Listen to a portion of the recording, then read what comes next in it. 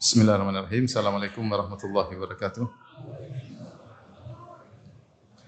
Alhamdulillahi ala ihsani wa syukru lahu ala taufiqihi wa amtinani. Asyhadu an la ilaha illallah wahdahu la syarika lahu ta'ziman li sya'nihi wa asyhadu anna Muhammadan abduhu wa rasuluhu da'ila ridwani. Allahumma shalli alaihi wa ala alihi wa ashabihi wa ikhwani. Hadirin dan hadirat yang dirahmati Allah Subhanahu wa taala, pada kesempatan kali ini kita akan bahas tentang salah satu dari dalailun nubuwah, tanda-tanda atau bukti-bukti kenabian. Para ulama dahulu menulis banyak buku tentang bukti-bukti kenabian. Ini penting untuk kita ketahui karena dia terkait dengan syahadah yang kedua dari syahadatain, wa asyhadu anna Muhammadan Rasulullah sallallahu alaihi wasallam. Sehingga kita perlu meyakini tentang Nabi adalah seorang rasul dengan yakin. Semakin tinggi keimanan kita bahwasanya Nabi seorang rasul, maka semakin kuat kita untuk berittiba kepada Nabi sallallahu alaihi wasallam. Kita bertambah pahala karena iman bertingkat-tingkat. Di antaranya dengan mengenal tentang dalailun nubuwah, tanda-tanda kenabian atau dikenal dengan mukjizat, ya. Mukjizat kenabian agar kita bertambah keyakinan. Dan para ulama bagi mukjizat menjadi dua. Ibnu Katsir membagi mukjizat menjadi al-mukjizat al-hissiyah dan al-mukjizat al-ma'nawiyah.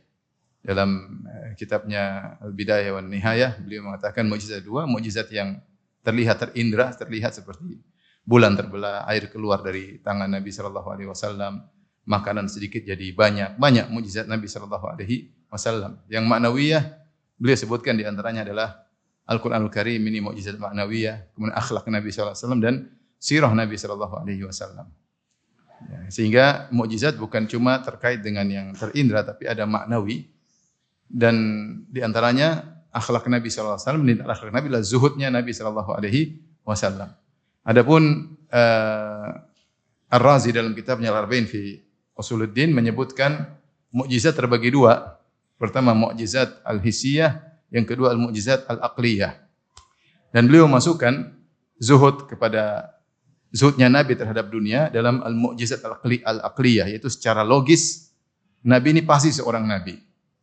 Karena logika menunjukkan zuhudnya yang komitmen ini, dia pasti seorang nabi, dia bukan pendusta. Dan yang pertama kali saya tahu menyebutkan zuhud termasuk bukti kenabian Nabi adalah Ar-Razi dalam kitab Al-Arba'in. Dia ulama hidup di abad ke-6. Kalau nggak salah wafat di awal-awal abad ke-7 ya. Saya bacakan karena kita nisbatul fadl ila ahlihi. Beliau yang pertama kali saya tahu menyebutkan, apakah ada sebelumnya ada seorang sebelum beliau, Allah alam. Saya bacakan, beliau berkata dalam kitabnya An-Naw'u Tsalits, di antara bukti kenabian secara logis, secara akal. Dia sebutkan banyak dalil, kalau nggak salah 6. Salah satunya ini, beliau mengatakan annahu sallallahu alaihi wasallam tahammala fi ada'ir risalah anwa'an minal masyaqqi wal mata'ib. Adalah Rasulullah sallam ketika menyampaikan risalah Allah, beliau memikul beban, berbagai macam beban berat dan kesulitan, keletihan, beban, ya macam-macam, tuduhan, hinaan, diusir, mau dibunuh, satu dunia memusuhinya, Romawi, Persia, berkumpul Arab seluruhnya ingin membunuhnya, dan berbagai macam kesulitan. Kemudian kata beliau, walam yataghayyar anil manhajil awwalil battah. Dan apapun yang beliau hadapi, beliau tidak berubah dari metode dakwah beliau. Tidak berubah apapun kondisi. Walam yatma' fi mali ahadin wala jahihi. Tidak pernah dia ada niat untuk mendapatkan harta dari seorang pun untuk kepentingan dia.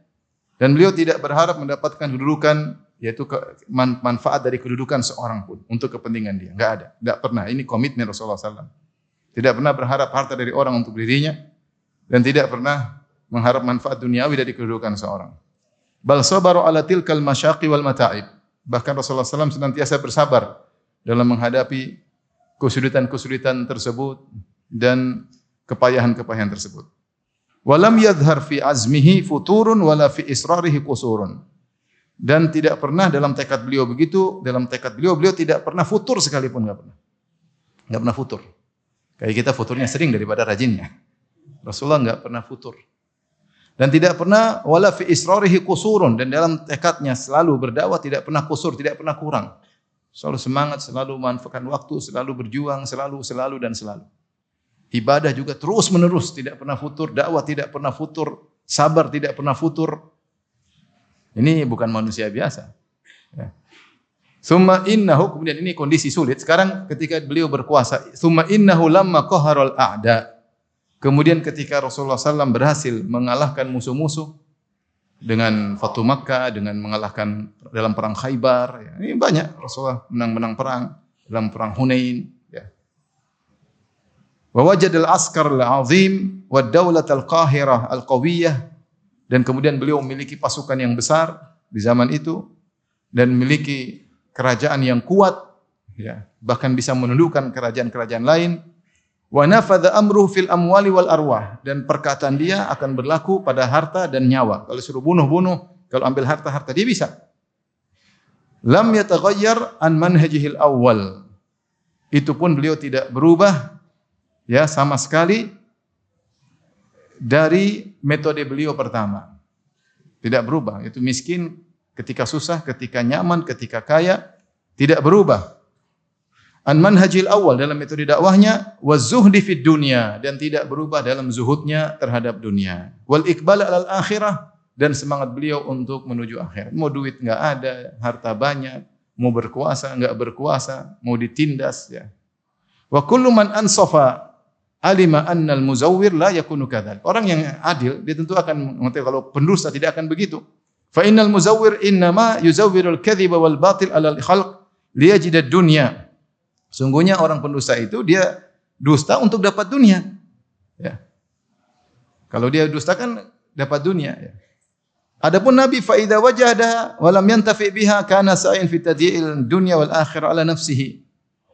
Ini Nabi sudah dapat dunia, ternyata dia tidak ambil dunia. Dia malah bagi-bagi, dia malah hidup sederhana, ya. Ini menunjukkan beliau bukan pendusta. Bukan pendusta. Ini menunjukkan beliau adalah seorang nabi, ya. Karena kalau ada orang seperti itu, ternyata dia pendusta, ini pendusta bahlul.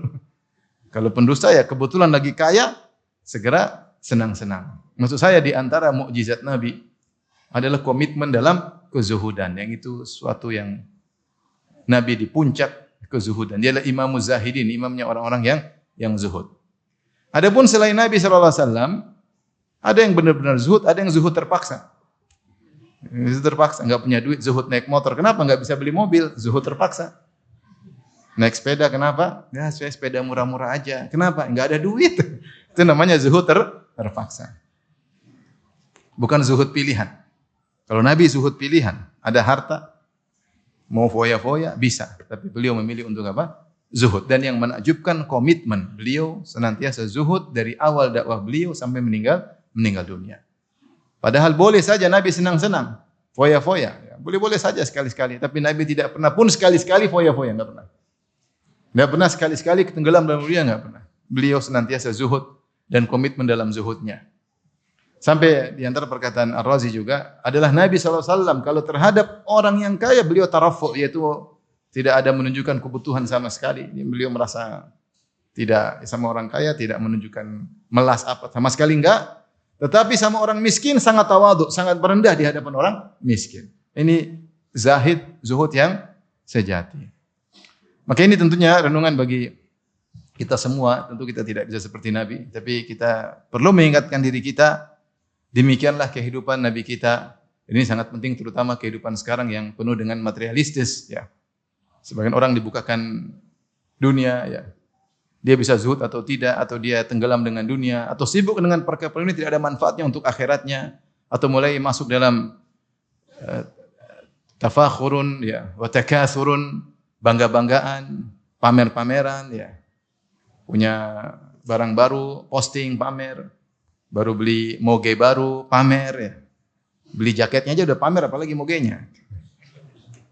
Kemudian mobil baru, pamer. Jadi kehidupan cuma takatsuran, banyak-banyakan, tafakhur. Terkadang dia terbawa tanpa dia sadari. Karena pergaulan, lingkungan, satu pamer dia ikut. Dia marah enggak, akhirnya lama-lama dianggap biasa. Normalisasi pamer-pamer. Dan itu terjadi. Karena seorang kalau tidak mengingatkan dirinya, maka dia akan terbawa, apalagi bergaul. Tapi kalau yang miskin, alhamdulillah, zuhud terpaksa, mudah-mudahan dalam keterpaksaan tersebut dapat pahala, mudah-mudahan.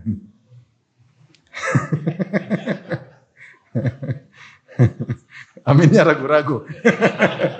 Pinginnya sih kaya tapi zuhud, tapi kan pilihan bukan di tangan antum, pilihan di tangan apa? Allah Subhanahu wa taala. Sudah berusaha kaya tapi enggak kaya-kaya. Ya, zuhud terpaksa. Taib. Saya akan bacakan dari buku Dalailun Nubuwah. Dia juga ini dari ulama kontemporer yang juga mencantumkan bahwasanya di antara bukti kenabian Nabi adalah kezuhudan Nabi sallallahu alaihi wasallam. Kata beliau, "Wa inna min dalaili nubuwwatihi zahadatahu fid dunya wa i'radahu anha tarakkuban li jazaillahi fil akhirah." Di antara bukti-bukti kenabian Rasulullah SAW, beliau zuhud beliau di dunia dan beliau berpaling dari dunia ya, karena menunggu balasan akhirat dari Allah Subhanahu wa taala. Kalau seandainya beliau adalah pendusta, maka beliau tidak akan ya menyia-nyiakan kesempatan untuk memanfaatkan dunia ketika mendapatkannya. Ya. Tetapi ketika beliau senantiasa berpaling dari dunia dan selalu semangat dalam akhirat, komitmen dalam hal tersebut tidak pernah berubah, bergeser sedetik pun sementara dunia di hadapan beliau, maka ini menunjukkan bahwasanya beliau adalah seorang nabi. Awwalu man alhadhuhu annahu makana yatlub ajran ala nubuwati min ahadin. Di antara yang pertama, beliau tidak pernah minta ganjaran ya, upah dari seorang pun atas kenabiannya. Beliau tidak pernah meminta upah atas dakwahnya. Beliau tidak pernah meminta upah sama sekali atas perjuangannya. Apa yang diucapkan beliau sama dengan yang diucapkan oleh nabi-nabi sebelumnya. Qul ma as'alukum alaihi min ajr. Aku tidak pernah minta dari kalian apa? Harta atau ganjaran sama sekali. Oleh karenanya Allah menukil dari perkataan mukmin yang disebutkan dalam surat Yasin, ketika ada 3 rasul dimusuhi oleh umatnya, maka datang orang ini, wa jaa min aqsal madinati rajulun yas'a, qala ya qaumi ittabi'ul mursalin, ittabi'u man la yas'alukum ajran wa hum muhtadun. Wahai kaumku, ikutilah para rasul, jangan kalian sakit, jangan kalian musuhi. Ittabi'u man la yas'alukum ajran. Ikutlah orang-orang yang tidak pernah minta upah dari kalian, wa hum muhtadun, dan mereka telah mendapatkan petunjuk. Nabi Nuh berkata, "Wa ya qaumi la as'alukum alaihi mala." Dari Nabi Nuh alaihissalam, ya kaumku, aku tidak pernah minta harta dari kalian sama sekali. Karena mereka mengharap ganjaran mana? Akhirat. Tentu kita akan bahas masalah fikih beda lagi. Ustaz, apa hukum orang berdakwah minta duit misalnya? Pasang tarif misalnya, ini pembahasan lain ya. Tentu ini tidak mulia. Kalau kita bicara yang mulia adalah tidak mengharap sama sekali dari manusia. Inilah contoh Nabi dan contoh seluruh para rasul dari awal sampai akhir. Adapun masalah fikih, boleh enggak minta, boleh enggak ini, kondisi begitu, pembahasan kita tidak bahas. Kita sedang berbicara tentang perkara yang paling mulia, yang terbaik seharusnya bisa dilakukan oleh seluruh dai.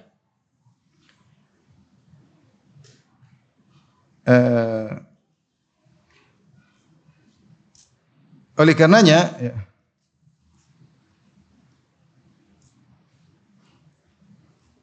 di antara doa yang diriwayatkan dari Nabi sallallahu alaihi wasallam, meskipun ini ada khilaf di kalangan para ulama tentang keabsahan hadis ini. Yaitu Rasulullah SAW pernah berdoa, Allahumma ahyini miskinan wa amitni miskinan wahsyurni fi zumratil masakin yaumal qiyamah. Ya Allah, hidupkanlah aku miskin, matikanlah aku miskin, dan kumpulkanlah aku bersama rombongan orang-orang miskin pada hari kiamat kelak. Sebagian ulama mendhaifkan hadis ini seperti Ibnu Jauzi, Ibnu Katsir, Ibn Taimiyah ya. Mereka menyatakan di sini dhaif, ada perawinya bermasalah. Sebagian ulama menghasankan hadis ini. Bagaimana Nabi sallallahu alaihi wasallam berdoa, ya Allah, hidupkanlah aku dalam kondisi apa? Miskin. Kalau kita mandang hadis ini hasan atau hadis ini sahih, apa maknanya? Doa Nabi, ya Allah, hidupkan aku dalam kondisi miskin, matikanlah aku dalam kondisi miskin, dan kumpulkanlah aku bersama orang-orang miskin pada hari kiamat kelak. Ada yang mengatakan yaitu Nabi SAW ingin memberi hiburan kepada orang-orang miskin, bahwasanya orang-orang miskin itu ya lebih ringan hisabnya, ya. Lebih ringan apa? Hisabnya, ya. Al-mukthirun al-muqillun. Orang yang banyak hartanya semakin berat pada hari kiamat kelak, ya. Makanya orang miskin masuk surga sebelum orang kaya, ya. Kata Nabi sallallahu alaihi wasallam, "Ittala'tu 'alal jannah fawajadtu aktsaru ahliha al-fuqara. Aku lihat surga ternyata mayoritas penghuninya orang-orang miskin. Jadi yang miskin bahagialah. Kemungkinan masuk surga semakin besar. Belum tentu tapi. Kemudian kata Rasulullah SAW, inna fuqara ummati yadkhuluna al-jannah qabla al-aghniya bi 500 am. Sungguhnya orang-orang miskin masuk surga sebelum orang kaya 500 tahun dia. Jadi orang kaya masih ingat. Orang kaya dia menikmati kekayaan paling lama berapa tahun sih? Taruhlah dia lahir langsung kaya, jarang tapi ya. Lahir langsung kaya, hidup 100 tahun. Berarti dia menikmati kekayaan berapa tahun? 100 tahun. Kebanyakan orang tidak demikian, lahir miskin, baru OKB, orang kaya baru umur 45. Terus umur 60 tewas, berarti kaya cuma 15 tahun. Kaya 15 tahun. Tapi bisa jadi dihisap 500 tahun. Resiko atau tidak? Resiko. Pilih mana? Miskin atau kaya? Kaya. Kalau ada dengar risikonya luar biasa. Risikonya luar biasa. Wah, 500 tahun lama. Bayangkan seorang sedang dihisap, terus pembantunya di luar. Bos, saya di luar bos. Supir bos, afwan bos, saya di luar bos. Tunggu, enggak bos. Bidadari nunggu bidadari. Kasihan dia nunggu lama. Problemnya. Jadi semua ada resiko. Kaya berkesempatan dengan kekayaan dia mencapai derajat yang tinggi dengan banyak sedekah dan yang lainnya ya. Tetapi ujiannya sangat banyak. Potensi untuk sombong, untuk angkuh, untuk israf, mubazir sangat besar. Karena duit banyak, kerjaan kurang akhirnya foya-foya. Tapi kalau dia masuk surga bisa jadi tinggi. Orang miskin kemungkinan masuk surga besar, potensinya besar, tapi belum tentu juga masuk surga. Makanya ada lelucon diriwayatkan dari seorang raja, ya. Disebut Raja Faruk, ya, raja terakhir di Mesir, ya. Sebelum menjadi republik, ya. Dia karena dekat dengan pembantunya bercanda. Raja, nanti kalau kita masuk surga, saya di luar. Kata raja, iya, kau di luar nanti siapin buat saya ya. Siapin semuanya baru saya masuk. Jadi intinya ikhwan, sebagian ulama mengatakan ini adalah tasliyah dari Nabi SAW. Rasulullah SAW menghibur orang miskin. Karena orang miskin ketika dibangkitkan, dihisab dengan cepat. Karena tidak ada yang mereka miliki untuk ditanya-tanya. Karena mereka miskin. Ini pendapat. Tadi mengatakan pendapat yang dimaksud dengan Allahumma ahyini miskinan, ya Allah hidupkanlah aku miskin. Maksudnya ya Allah jadikanlah aku tawadhu di hadapan Engkau. Tawadhu di hadapan. Sehingga mereka menafsirkan miskin dengan tawadhu, dengan dhillah, kehinaan di hadapan Allah Subhanahu wa taala. Kan dalam hadis Rasulullah SAW berlindung dari kemiskinan. A'udzubika minal faqr. Ya Allah aku berlindung kepada Engkau dari apa? Kefakiran. Dalam riwayat juga dari kekayaan. Allahumma a'udzubika fitnatil faqr wa fitnatil ghina. Aku berlindung kepada Engkau dari fitnah kemiskinan dan fitnah kekayaan. Miskin kalau tidak sabar bisa jadi pencuri, bisa jadi perampok. Ya.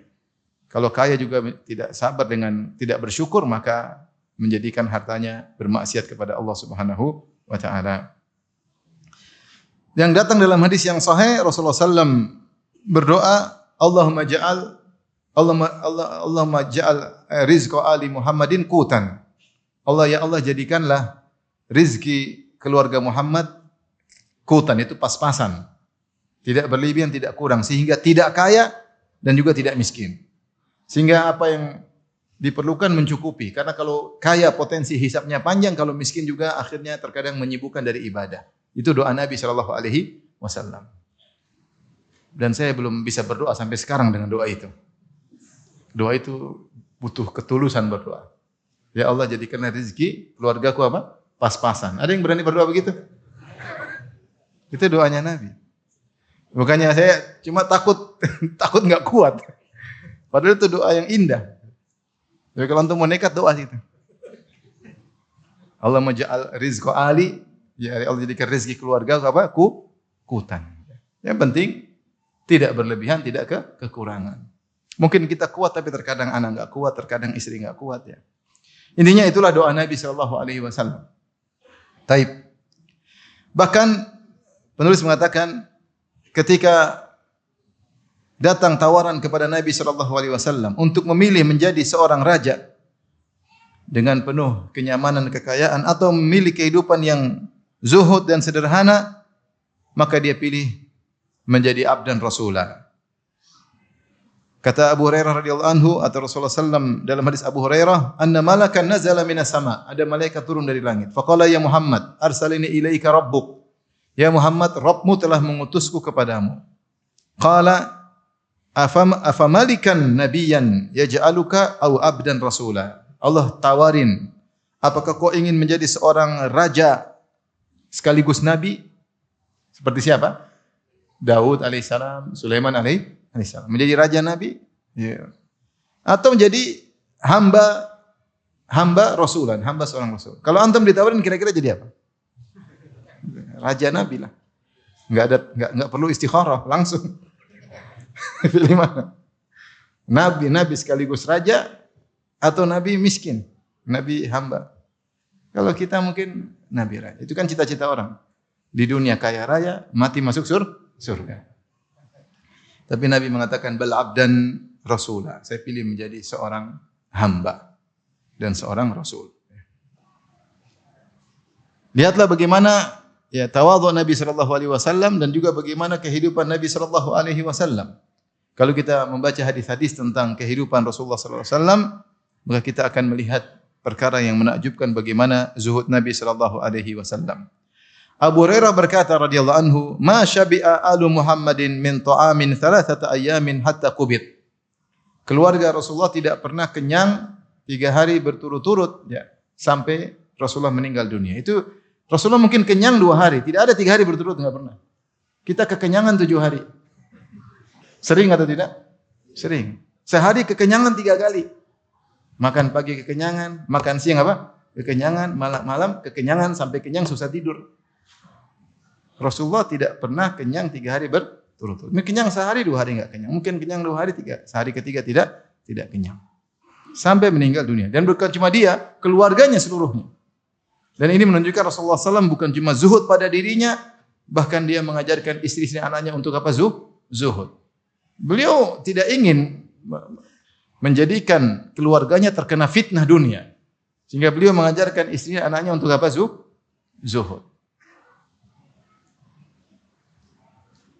Dan Umar radhiyallahu anhu pernah melihat beliau yatalawwa minal ju', yaitu kesakitan, yaitu seperti menggeliat sedikit kecil karena kelaparan.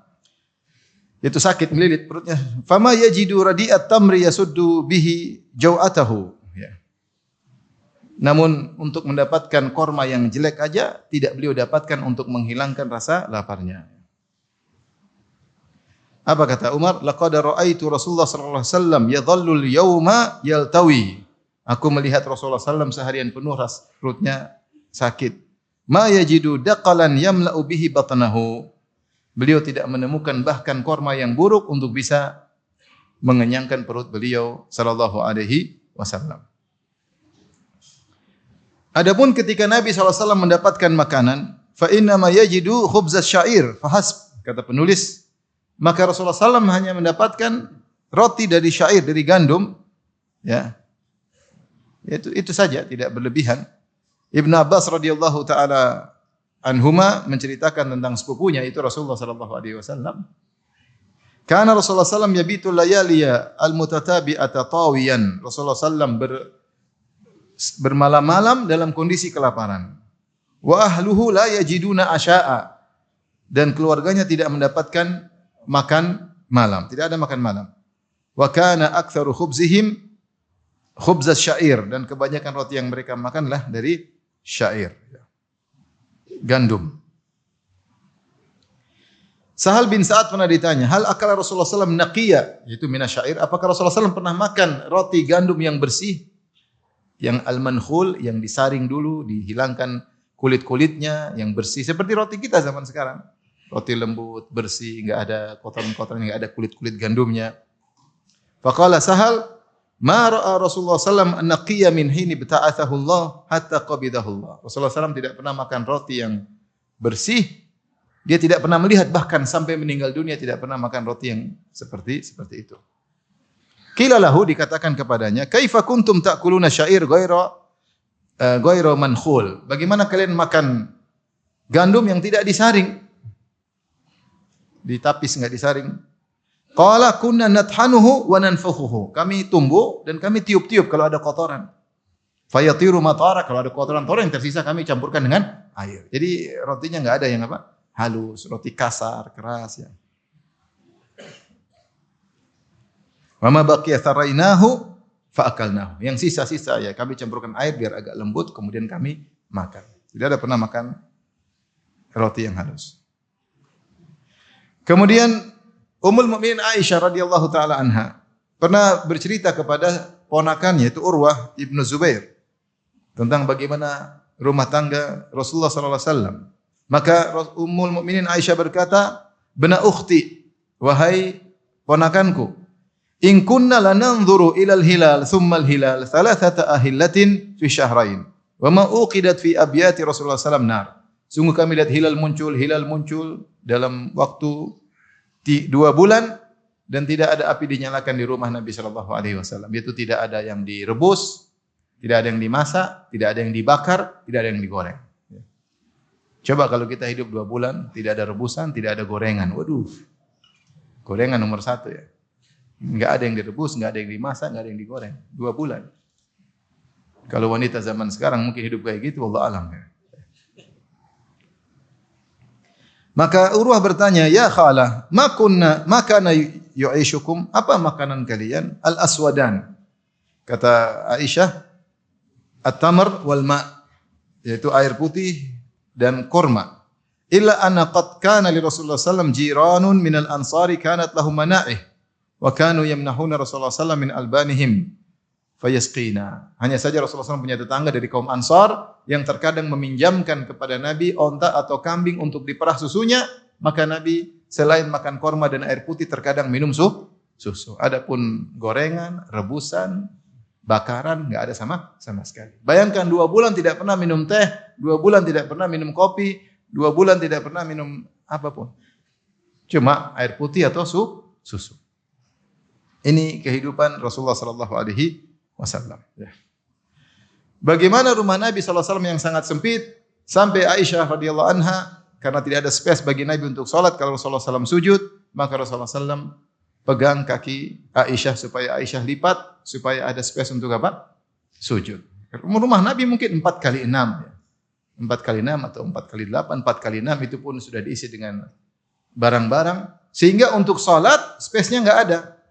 Dan Rasulullah kalau salat sangat lama. Makanya Aisyah kalau Rasulullah lagi berdiri dia julurkan kakinya. Tapi kalau Rasulullah mau sujud, Rasulullah sentuh maka dia lipat supaya Rasulullah sujud. Nanti kalau Rasulullah sudah berdiri lagi dia julurkan lagi karena Rasulullah kalau salat lama. Kata Aisyah, "Wa kanatil buyutu laisa fiha masabih." Tidak ada lampu sehingga saya tidak tahu. Saya tunggu Nabi sentuh baru saya lipat kaki. Rumah sempit. Untuk salat enggak ada space. Kita Masya Allah rumah besar. Ya sebagian tidak semua. Ada yang kamar mandi 4x6, bayangkan. Kamar mandi bisa main bulu tangkis. Kamar besar. Masalahnya salat atau tidak? Dan menakjubkan. Rasulullah menyebutkan arba'un minas sa'adah, 4 sebab kebahagiaan. Rasulullah sebutkan sebab-sebab duniawi. Kata Rasulullah arba'un minas sa'adah, 4 sebab kebahagiaan. Al-mar'atu salihah, istri yang salihah, ini puncak kebahagiaan. Al-baitul wasi', rumah yang luas. Al-markabul hani', tunggangan yang enak. Yang punya mobil Lexus tentu lebih enak daripada mobil apa? Kijang bekas ya. Terus yang terakhir adalah al-jaru salih, tetangga yang ini sebab kebahagiaan. Tetapi Nabi SAW rumah luas enggak? Dia mau bikin rumah luas bisa atau tidak? Sangat bisa. Enggak, dia rumah kecil. Tapi dia punya istri soleha. Ini bukti bahwasanya meskipun rumah kecil bisa bahagia. Rasulullah juga kendaraan biasa, sering naik himar. Himar itu kendaraan paling rendah dibandingkan onta, dibandingkan kuda. Rasulullah sering naik apa? Himar, sering naik himar. Bahkan kadang dia bonceng. Tapi apakah itu menjadikan Nabi tidak bahagia? Nabi di puncak kebahagiaan. Apakah Aisyah tidak bahagia? Aisyah di puncak kebahagiaan. Ini masalah bukan besar kecilnya rumah. Yang jadi masalah adalah siapa yang tinggal di rumah tersebut. Benar atau tidak? Antum punya rumah luas, tapi antum jarang sholat. Istri ngomel melulu, rasanya mau mati. Tapi rumah kecil, tapi istri senyum terus. Ya, kayak surga rumah kecil itu. Paham? Tidak paham. Jadi yang problem bukan masalah luas rumah. Benar, tidak pungkiri uang sebab kebahagiaan. Ya, kalau kita punya uang kita naik pesawat di bisnis kelas lebih bahagia daripada yang di belakang. Itu benar. Tetapi kebahagiaan di hati. Kebahagiaan di hati. Kalau depan di bisnis kelas tapi dalam pramugari apa makanan kayak gini? Ini juga nggak bahagia. Yang di belakang orang miskin kelaparan semuanya jadi enak. Di depan protes, saya sudah bayar mahal, ternyata cuma begini, sehingga di depan di bisnis kelas pun dia tidak bahagia. Taib. Dan setelah Rasulullah SAW meninggal dunia, Abu Hurairah pernah diajak untuk makan kambing yang dipanggang. Fa'aba an ya'kul. Maka dia tidak mau makan. Wa qala kharaja Rasulullah SAW minad dunya wa lam yashba' min khubzi syair. Dia ingat Nabi. Dia bilang enggak. Dia ingat Nabi. Saya tidak mau makan. Dia ingat Rasulullah. Dia mengatakan bagaimana saya mau makan seperti ini sementara Rasulullah sampai meninggal tidak pernah kenyang dari roti gandum. Ya. Makanya ada ceramah bagus dari Syekh Abdul Karim Al-Khudair ya, di bahasa Arab ya. Intinya dia bilang, bagaimana seorang yang menelaah tentang hadis-hadis Nabi, Rasulullah hidup sederhana, kemudian dia nekat untuk hidup mewah-mewah. Bagaimana Rasulullah SAW menyuruh taqallul minad dunya, berusaha untuk tidak banyak-banyakkan dunia. Ya. Kemudian dia berlebih-lebihan israf. Ya, kalau dia lihat kondisi Nabi tentu dia malu ya. Tentu dia malu. Makanya ini nasihat buat kita semua ya. Terutama yang beruang. Beruang. Ya. Dia enggak punya uang ya sudahlah. Ingat doa Nabi, ya Allah, bangkitkan aku bersama orang-orang miskin. Hiburan. Suatu hari ada seorang wanita membawa dua putrinya, kemudian minta makan kepada Aisyah. Ketuk pintu, kelaparan. Ya. Kata Aisyah, "Falam tajid indi syai'an ghaira tamrah." Saya cek rumah-rumah, dalam rumah enggak ada isinya kecuali tamrah, kecuali hanya sebutir korma. Bayangkan, ini kepala negara punya istri. Di rumah enggak ada apa kecuali cuma sebutir apa? Korma. Bayangkan. Fa ataituha iyyaha, maka Aisyah ithar, maka dia kasih korma yang satu-satunya itu dia kasih kepada wanita ini. Fa qasamatha baina ibnataiha, maka wanita ini pun belah dua untuk kasih putri-putrinya. Walam ta'kul minha, dan wanita tersebut ternyata tidak makan. Dia mendahulukan kedua putrinya daripada dirinya. Tsumma qamat fa kharajat, kemudian dia pergi. Maka Nabi pun masuk, maka Aisyah pun cerita karena takjub dengan wanita ini yang memberi korma tersebut kepada dua putri, di sini tidak makan. Aisyah takjub dengan wanita ini, kita takjub dengan Aisyah. Kita takjub dengan Aisyah. Tidak ada korma kecuali satu, tetap dia kasih. Dia bilang, saya juga cuma satu. Kalau Aisyah usir bisa saja. Tapi Aisyah kasih. Subhanallah. Bayangkan rumah kepala negara, dalam rumah tidak ada kecuali cuma sebutir korma. Lebih dari itu, ketika ada seorang minta dijamu oleh Nabi, maka Nabi kirim seorang sahabat untuk mengecek rumah-rumah istrinya. Rumahnya berdekatan sekitar masjid Nabi. Apakah ada makanan untuk menjamu orang ini? Maka setiap istri Nabi berkata, "Walladzi ba'atsaka bil haqq ma indana illa ma." Demi yang mengutusmu di atas kebenaran, wahai suamiku, sungguhnya tidak ada di rumah kecuali air putih. Gimana mau jamu tamu? Maka dikirim istri kedua, sama jawabannya. Istri ketiga, sama jawabannya. Istri keempat, sama jawabannya. Sampai istri 9, jawabannya sama semua. Ma indana illa ma. Rasulullah berusaha, siapa tahu istri lain ada makanan. Ternyata enggak ada lagi. Sampai 9 istrinya enggak ada, baru Rasulullah mengatakan, "Man yudhaifu dhaifa Rasulullah." Siapa yang berani, siapa yang ingin menjamu tamuku? Baru ada sahabat bilang, "Saya Rasulullah." Tapi maksud saya, 9 istrinya tidak ada makanan di rumah kecuali cuma air putih. Luar biasa ya. 1, 2, 3. Kalau kita kan muter aja. Satu doang, muter-muter. Itu pun isinya banyak. Ada Indomie, ada macam-macam. Luar biasa. Makanya saya bilang kepada para ummahat, banyak bersyukur. Anti sudah satu-satunya. ATM anti juga yang pegang. Jangan ngomel-ngomel, jangan. Kalau mau ngomel, ingat bagaimana kondisi Rasulullah dan istri-istrinya. 2 bulan tidak ada api menyala. Nah, ini peringatan buat kita semua ya.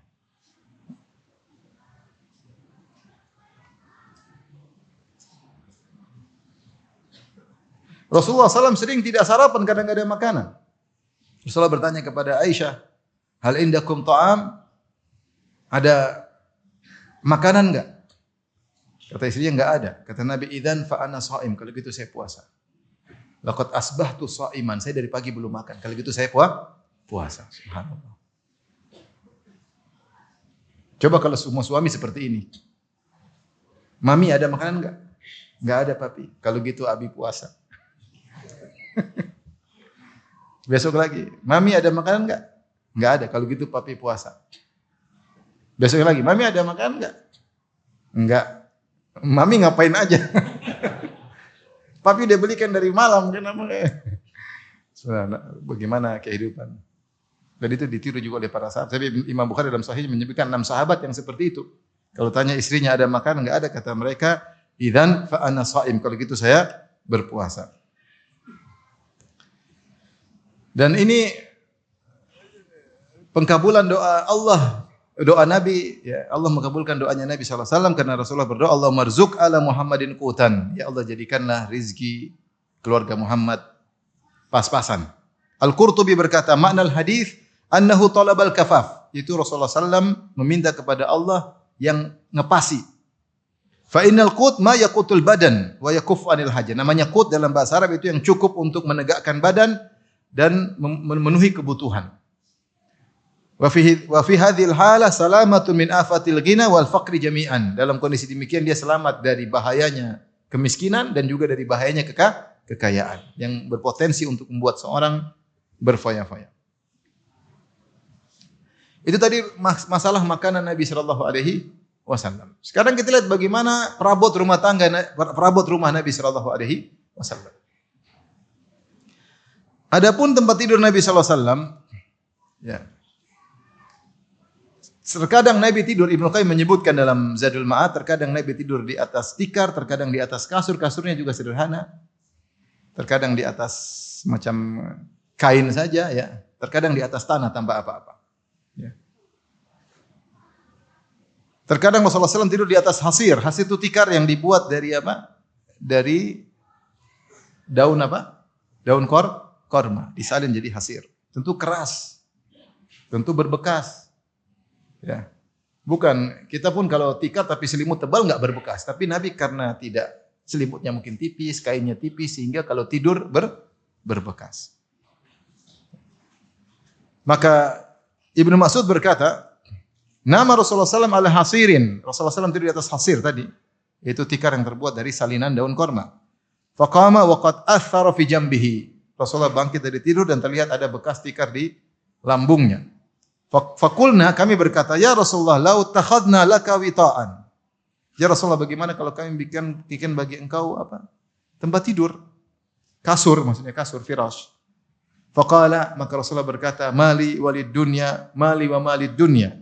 Ma ana fid dunya illa karaqibin istadhalla tahta syajaratin thumma rahabat wa tarakaha. Apa urusanku dengan dunia? Apa urusanku dengan dunia? Tidaklah aku di dunia ini kecuali seperti orang yang sedang dalam perjalanan, kemudian mampir untuk tidur di bawah sebuah pohon, kemudian pergi meninggalkan pohon tersebut. Yaitu Rasulullah yang menjelaskan, dunia cuma sebentar. Kita ini seperti musafir. Mampir tengah jalan, seperti tidur di bawah sebuah pohon. Kalau saya cuma tidur pohon, yang penting untuk menghilangkan kelelahan, kemudian saya lanjutkan perjalanan. Nah dunia seperti itu. Ngapain kalau saya di bawah pohon, kemudian saya mewah-mewahin. Saya cuma tidur sebentar, kemudian saya lanjutkan. Kira-kira seperti itu di dunia. Dunia ini kita cuma qubur, bukan darul qarar. Bukan tempat untuk kita tinggal, tapi tempat untuk menyeberang. Maka jangan sampai salah, kemudian kita maksimal dalam tempat yang akan kita tinggalkan. Maka Rasulullah mengatakan, apa urusanku? Sehingga beliau tidak mau menggantinya. Demikian juga Umar pernah menemui Nabi, dan Nabi muttaji'an ala hasirin. Rasulullah tidur di atas hasir, di atas tikar, kemudian athara fi jambihi, kemudian ada bekas di lambung Nabi. Maka Umar pun melihat, alqa basarahu, alqa bi basarihi fi khizanati Rasulullah sallallahu alaihi wasallam. Umar lihat-lihat isi rumah Nabi sallallahu alaihi wasallam. Fa idza fiha qabdatun min syair nahwu sa' wa qabdatun ukhra min waraqi syajar fi nahiyatil ghurfah. Maka Rasul hanya lihat ada segenggam gandum, ya sedikit, mungkin seukuran satu sa'. Kemudian ada kumpulan daun-daun pohon entah apa di sisi kamar. Qala Umar fabtadarat aynaya bil buka. Aku pun menangis lihat kondisi Nabi seperti itu. Ini miskin. Miskin. Ini orang yang paling dia cintai di atas muka bumi ini, orang yang paling dicintai oleh Umar siapa? Rasulullah. Orang yang paling dikagumi. Orang yang paling karismatik. Orang yang paling dia sayang, orang yang paling dia kagumi. Begitu masuk rumahnya ternyata enggak ada apa-apa. Maka Umar pun menangis. Kata Rasulullah, "Ma yubkika ya Ibn al-Khattab?" Apa yang buat kau menangis? Qultu ya Nabi Allah wa ma li la abki? Kenapa kau tidak menangis? Wa hadzal hasiru qad athara fi jambik. Sementara tikar ini telah memberi bekas di lambungmu. Wa hadhi khizanatuka la ara fiha illa ma ara. Lihatlah hartamu, aku tidak melihat perabotmu kecuali ini saja. Wa dzaka Qaisar wa Kisra fi thimar wal anhar. Sementara Raja Kaisar, Raja Romawi, Raja Persia, mereka bersenang-senang di kebun-kebun, di buah-buahan, di sungai-sungai. Wa anta Rasulullah wa safwatu hadhi khizanatuka. Sementara engkau utusan Allah, engkau pilihan Allah, sementara ini hartamu. Maka Rasulullah mengatakan, "Ya Ibn al-Khattab, ala tardu an takuna lana al-akhirah wa lahumud dunya?" Tidakkah kau ridha bagi kita akhirat, bagi mereka dunia? Qultu bala. Taib. Jangan kita pahami Rasulullah SAW enggak, Rasulullah kaya raya ya. Rasulullah benar dulu pernah hidup miskin. Setelah itu Allah bukakan kemenangan bagi Nabi SAW. Dengan peperangan-peperangan Rasulullah punya harta yang sangat banyak. Tetapi Rasulullah SAW selalu sedekah. Selalu sedekah. Ada seorang wanita Ansariyah datang ke rumah Nabi dan dia melihat kasur Nabi yang sudah lama, sudah usang. Dan kasur Nabi terbuat dari sama dengan bantal Nabi. Firas sama dengan wisadah. Terbuat dari min udum, yaitu dari kulit yang disamak. Wa hashfuhu lif, dan isinya ada lif. Lif itu serabut yang ada di korma. Kalau kita lihat korma kan ada daunnya di pinggir-pinggir ada serabut. Itu namanya bahasa Arab namanya apa? Lif. Jadi bukan kapas yang lembut. Serabut itu kasar atau tidak? Serabut korma kasar. Itulah yang dimasukkan di kasur Nabi, dan Nabi sangat tipis kasurnya, isinya adalah lif. Maka ada seorang wanita melihat kasur Nabi, ya, fantalaqat fa ba'atha bi firashin fihi suf ila baitin Nabi. Maka dia pun bawa kasur baru, isinya bukan serabut korma, tapi isinya adalah suf, yaitu bulu domba. Lebih lunak mana, lebih lembut mana? Bulu domba atau serabut-serabut? Bulu domba. Falamma ra'ahu, Rasulullah tanya, dari mana ini kasur baru? Tadi ada ibu-ibu yang antar. Kata Nabi, ruddihi. Wahai Aisyah, kembalikan sama ibu tersebut. Ya Aisyah. Wallahi law syi'tu la ajrallahu alayya jibala adh-dhahabi wal fiddah. Kalau Allah berkehendak, Allah akan jadikan gunung-gunung untukku, gunung emas dan gunung perak. Tapi kalau saya mau, saya akan minta, saya enggak mau. Kembalikan. Tentu jauh dengan kita. Kalau kita dikasih subhanallah, rezeki anak soleh. Soleh dari mana itu? Maksud saya kalau baca riwayat Imam Ahmad dikasih duit dia enggak mau. Subhanallah. Dia enggak mau. Dia merasa cukup. Dia kerja enggak?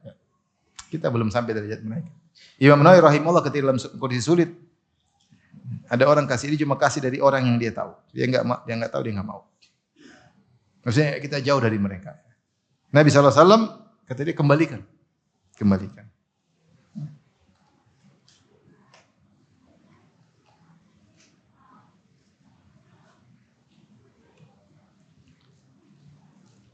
Oleh karenanya, ketika putri Nabi Fatimah radhiyallahu taala anha melihat Nabi lagi banyak harta, apalagi ada budak-budak yang Nabi kuasai karena mungkin ghanimah peperangan dan yang lainnya, maka dia datang kepada Nabi minta dikasih pembantu. Apakah Nabi kasih pembantu sama Fatimah? Tidak. Padahal Fatimah hidup susah. Dalam hadis disebutkan Fatimah menggiling gandum sampai majalat tangannya sampai ngapal, ya. Kemudian ada bekas tali di lehernya karena dia ngambil air ya, sehingga dengan ada bekas lehernya. Kemudian mukanya juga mulai ada bekas karena dia membakar roti sehingga panas mengenai wajahnya. Itu enggak sempat skincare dan macam-macam. Kena bakar sendiri. Kemudian dia nyapu-nyapu sampai tubuhnya penuh dengan debu. Apakah wanita seperti Fatimah berhak untuk dapat pembantu? Berhak. Apalagi bapaknya punya budak banyak. Maka dia musyawarah sama Ali, tadinya dia malu-malu, akhirnya kita perlu datang ke Nabi. Subhanallah. Mungkin kalau kita di posisi Nabi, punya putri satu-satunya Fatimah yang dekat dengan kita, mungkin dia minta apa sih kita kasih. Bukankah demikian? Kita kalau punya putri tinggal satu, yang lain entah kemana jauh, ada yang sudah meninggal tinggal satu. Kalau minta apa kita kasih enggak? Kasih. Kamu kasih 10 budak, 10 budak. Tapi Nabi tidak demikian. Dia tidak ingin mukhatarah, tidak ingin spekulasi buat anaknya. Bahkan Nabi tidak meninggalkan harta buat ahli warisnya. Ma taraknahu sadaqah. Apa yang kami tinggalkan harta maka menjadi sedekah. Tidak ada warisan. Ya, Anbiya lam yuwarithu dinaran wala dirhaman. Tidak mewariskan dinar dan harta. Maka dia datang kepada Fatimah sama Ali, maka Rasulullah mengatakan, ala adullukum ala ma huwa khairun lakum min khadim. Mau kau tunjukkan kepada kalian berdua yang lebih baik daripada pembantu? Disuruh zikir. Sebelum tidur zikir, subhanallah 33 kali, alhamdulillah 33 kali, dan Allahu Akbar 33 kali. Sudah. Sebelum tidur zikir, ini lebih baik daripada pembantu. Kira-kira kalau ada putri antum, Abi carikan pembantu, udah mau zikir sebelum tidur. Ya Abi zikir, tapi pembantu juga kirim. Subhanallah. Jadi Rasulullah mengatakan dalam hadis, bagaimana saya mau kasih engkau budak sementara ahlus suffah kelaparan? Mending saya jual budak ini, kemudian hasilnya saya berikan kepada para sahabat yang sedang kelaparan.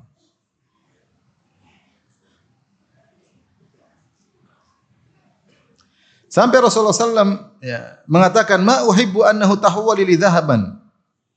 Wa yamkuthu indi minhu dinar fawqa thalath illa dinaran arsuduhu lidain. Rasulullah pernah lihat Gunung Uhud, kata Rasulullah SAW, seandainya Gunung Uhud ini berubah jadi emas buat saya, belum lewat 3 hari kecuali sudah habis, saya bagi-bagi. Kecuali 1 keping dinar saya siapkan untuk bayar hutang. Rasulullah enggak ada, dia punya apa dia bagi. Makanya ketika ada Arab Badui minta kepada Nabi kambing, Rasulullah kasih fa'atahu ghanaman baina jabalain. Rasulullah kasih kambing di antara 2 gunung, yaitu 1 lembah kambing kasih sama orang Badui ini. Apa orang Badui ini ketika pulang dia mengatakan, ya qaumi aslimu fa inna Muhammadan a'ta man lam yakhshal faqah. Masuklah Islamlah kalian. Kalau kalian sudah masuk Islam, minta duit sama Muhammad. Muhammad kalau kasih tidak pernah takut miskin. Jadi kasih semua, kasih. Tidak mikir-mikir, kasih. Yang dia punya dia kasih. Itu Rasulullah sallallahu alaihi wasallam. Makanya dia bilang kalau seandainya ada emas segunung Uhud, tidak lewat 3 hari kecuali saya sudah habiskan. Sampai 1 hari ketika Rasulullah sallam dalam kondisi sakit maka dia ingat ada sebagian keping emas yang masih ada. Maka Rasulullah bertanya, wahai Aisyah, ma fa'alati dhahab? Bagaimana kondisi emas? Saya ingat ada emas. Aisyah berkata, hiya indi. Rasulullah mau meninggal. Ada saya simpan. Ya, i'tini biha, kata Rasulullah, datangkan emas tersebut. Kata Aisyah, faji'tu biha, aku pun bawa emas tersebut. Fa wadha'a fi yadihi, kemudian dia letakkan Rasulullah taruh di tangannya, summa qala, ma dhannu Muhammadin billahi law laqiya Allah azza wa jalla wa hadi indahu anfiqiha. Bagaimana persangkaan Muhammad dengan Allah ketika dia bertemu dengan Allah sementara emas ini belum dia infakkan. Rasul mengatakan, saya tidak ingin masalah. Gimana saya mau ketemu Allah? Saya meninggal masih ada emas belum saya infakkan. Anfiqiha infakkan. Ya Rasulullah khawatir ketemu Allah masih punya kepingan emas. Kita enggak khawatir, aman-aman aja. Emas banyak. Tentunya ikhwan masih banyak riwayat-riwayat tentang hal ini. Yang ingin saya sampaikan bahwasanya ini peringatan bagi kita semua. Kalau bisa kita zuhud itu yang terbaik Bukannya dilarang seorang kaya. Seorang kalau kaya tentunya kalau dia zuhud terhadap hartanya dia akan banyak infak. Yang kita khawatir dia punya harta banyak tapi tidak zuhud terhadap hartanya tersebut. Makanya Rasulullah bersabda, al-ni'mal malu salih rajulis salih, bahwasanya harta yang baik jika dimiliki oleh orang yang saleh. Orang saleh punya harta maka dia banyak infak, dia banyak membantu dakwah. Dia bisa mengamalkan banyak ayat dalam Al-Qur'an, wa anfiqu wa atuz zakat banyak. Dalam ayat suruh infak, suruh sedekah, suruh bayar zakat, itu enggak mungkin dilakukan kecuali kalau punya harta. Tetapi yang kita khawatir punya harta tapi tidak zuhud. Sehingga ketika dia punya harta, dia berfoya-foya dan dia banyak menggunakan hal-hal yang atau melakukan hal yang tidak perlu. Oleh karenanya peringatan bagi kita semua, terutama kepada ibu-ibu, kalau kebetulan atau Allah mentakdirkan suami kita punya rezeki banyak, ya rem suami kita ya. Kalau dia ingin beli sesuatu, tanya Abi, ada enggak manfaatnya di akhirat? Kalau ada beli, kalau enggak usah beli Abi. Saya sudah senang begini saja. Ini biasanya kembali kepada ibu-ibu. Tapi kalau ibu sendiri tidak zuhud, Bi ganti itu Bi, waktunya mobil ganti. Itu dompet saya sudah lama ganti. Itu lemari tolong diganti, itu gorden tolong ganti, itu sofa tolong ganti. Ya. Semuanya diganti. Ini merepotkan apa suami. Akhirnya suaminya tidak zuhud gara-gara apa? Istrinya. Maka peran istri sangat penting. Menjadikan suami zuhud atau tidak. Ya. Benar ada wanita yang jadi rusak gara-gara suaminya. Tapi ya, pengaruh masalah. Ini biasanya wanita yang punya peran. Ya. Wanita punya peran. Demikian juga hati-hati kepada para wanita. Demikian juga laki-laki jangan salah bergaul. Jangan saya bergaul dengan orang-orang yang materialistis. Yang hidup mereka membanggakan kekayaan, pamer-pameran ini, pameran-pameran anu, tafakhur wa takasur. Ya, mereka lalai sibuk beli ini pamer, beli aksesoris ini pamer, beli ini pamer. Hidup mereka cuma itu. Gerombolan tukang pamer. Jangan sampai di hidup cuma sebentar, hanya memanjangkan hisab dan merepotkan kita pada hari kiamat kelak. Wallahu taala alam bissawab.